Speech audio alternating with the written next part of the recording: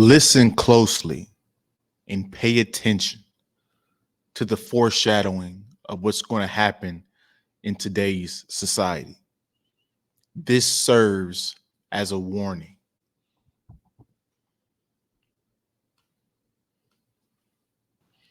We got a problem. And it's all something almost no one here ever talks about. We're not having children. United States fertility rates have collapsed. This number's wrong. It's our latest number for last year is not 1.64, it's 1.63.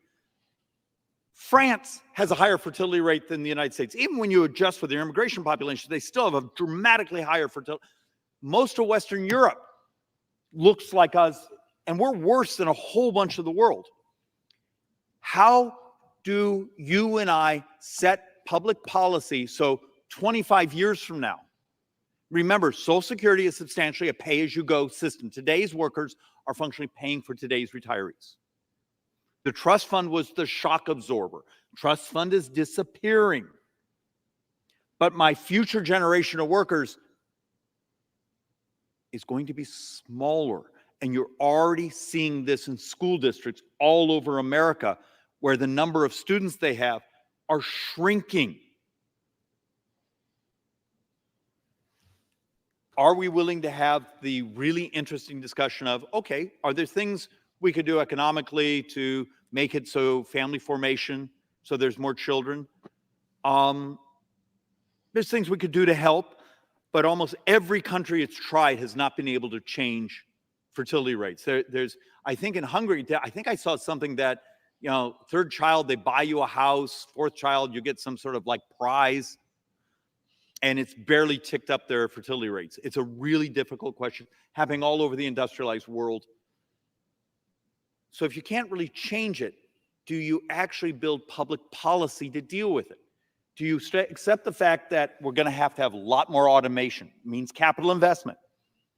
Are we going to have to find ways to safely adopt artificial intelligence into society so the labor force is maximized in its value and what they earn and productivity?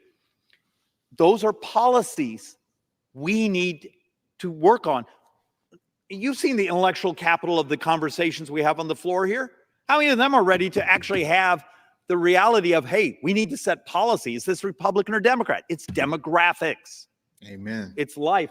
And I'm going to bounce through the next two boards because there's a punchline here we need to absorb. This is a little uncomfortable, but this was deaths that are projected to exceed births. And the new math in 15 years, you got to understand what a big deal this is. I came behind this microphone a couple years ago, and I got some real crap that was sent to my office. And I think at that time I was saying, hey, in 21, 22 years, we're going to have more deaths than births in this country. And then it became 18 years. And then it became 17 years. The new math now is 15 years. In 15 years, the United States will have more deaths than births. The blip you see here is the pandemic. But if you actually look at the line, you can sort of understand, and here's our crossing. Somewhere before, a little before 2040, which is 15 years, we have more deaths than births. Now try to stabilize long-term benefits.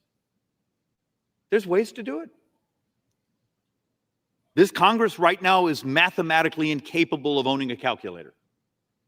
But there's ways to do it. Well, we can't even put together a debt and deficit commission to have an honest conversation what's happening in our society demographically, borrowing-wise, interest rate-wise, because maybe it'll affect the next election.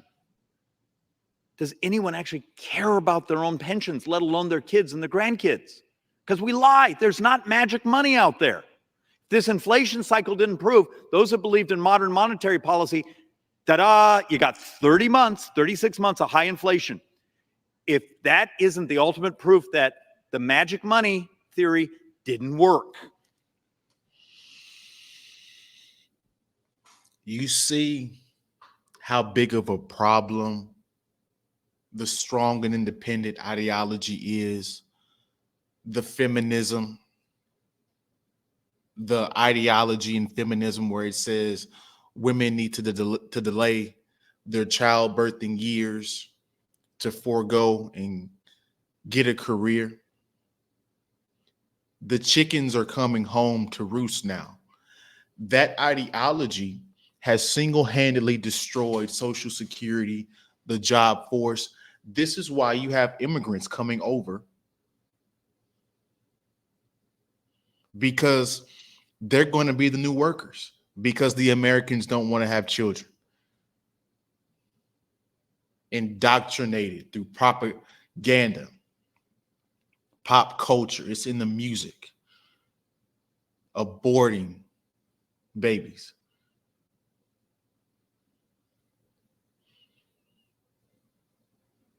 Where do we go from here?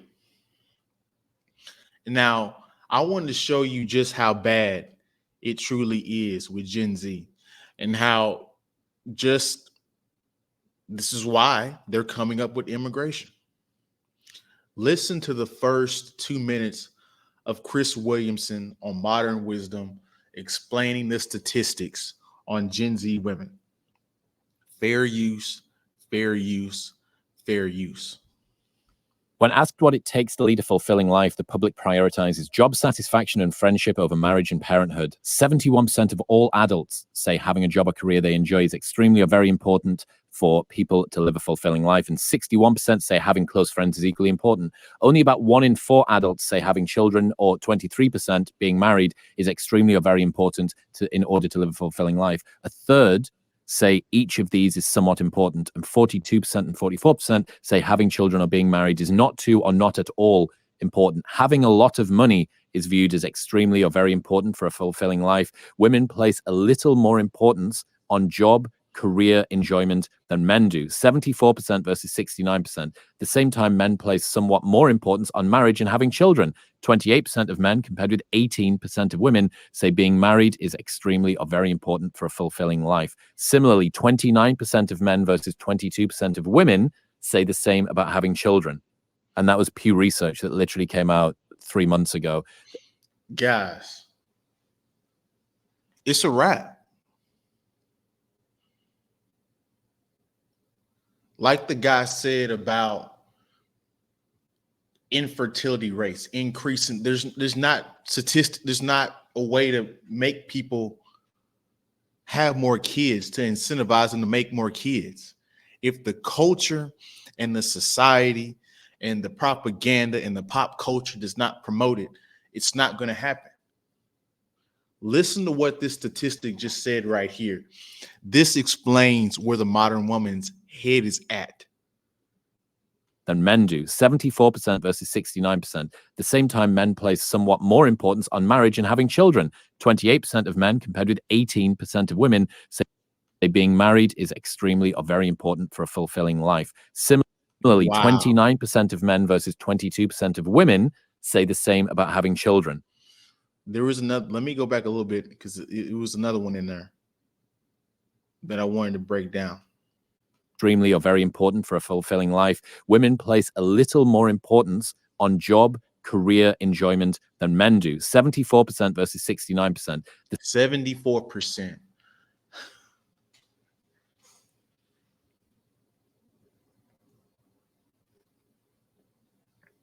That's the strong and independent statistic. 74% of women put more emphasis on working and have a good job. But when are you going to have time to have children? Who's going to raise the children? It's not your grandparents' job. Do you really trust the daycare to care for your child like you care for your child?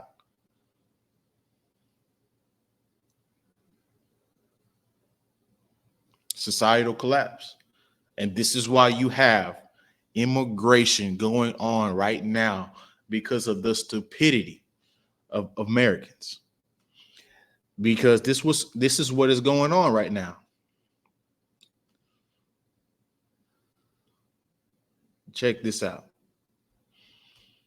Opening up the border to criminals and leeches drives Hispanics and everybody else crazy.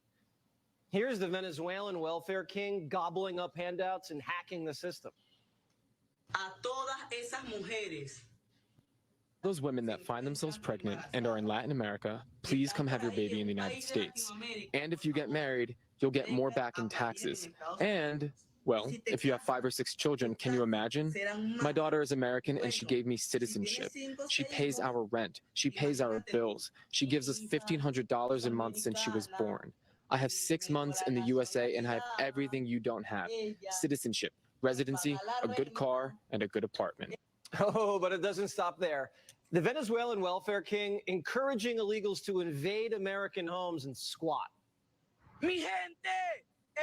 My people, I have thought about invading a house in the United States because I learned there's a law that says if a house is not inhabited, we can expropriate it. I think that will be my next business. Invade abandoned houses. Biden's letting migrants break into the country and then break into your...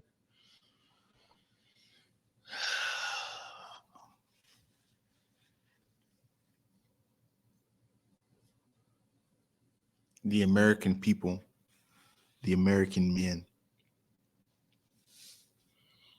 are far too weak to do anything about this. As I look at this guy right here, he gets pleasure out of talking about this and accusing the Democrats of being stupid instead of being outraged and doing something about it that could actually change it. These guys have better benefits than these immigrants are gaining better benefits than born and raised Americans. How is he saying this stuff on the internet and the government isn't doing anything about it? This is what's going on, guys.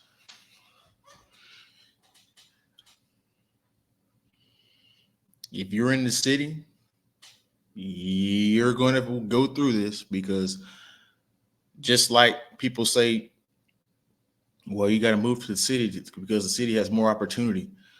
Well, you and a whole bunch of immigrants and 5,000 other people have the same ideology. I mean, at this point, the cities are overcrowded in every state. So, guys, this just serves as a warning. Gain together a plan for you and your family and friends, because if you think it's going to get better anytime soon, it's not. And I hate to bring these kind of harsh reality videos, but nobody else is saying it. Nobody else seems to care. So I'm bringing awareness for you guys, an avenue to see it. Comment your thoughts below. Like, comment, subscribe, share the video if you like the video. If you guys want to support the channel, all the ways you can support are in the description below. I'll see you guys in the next video. Peace.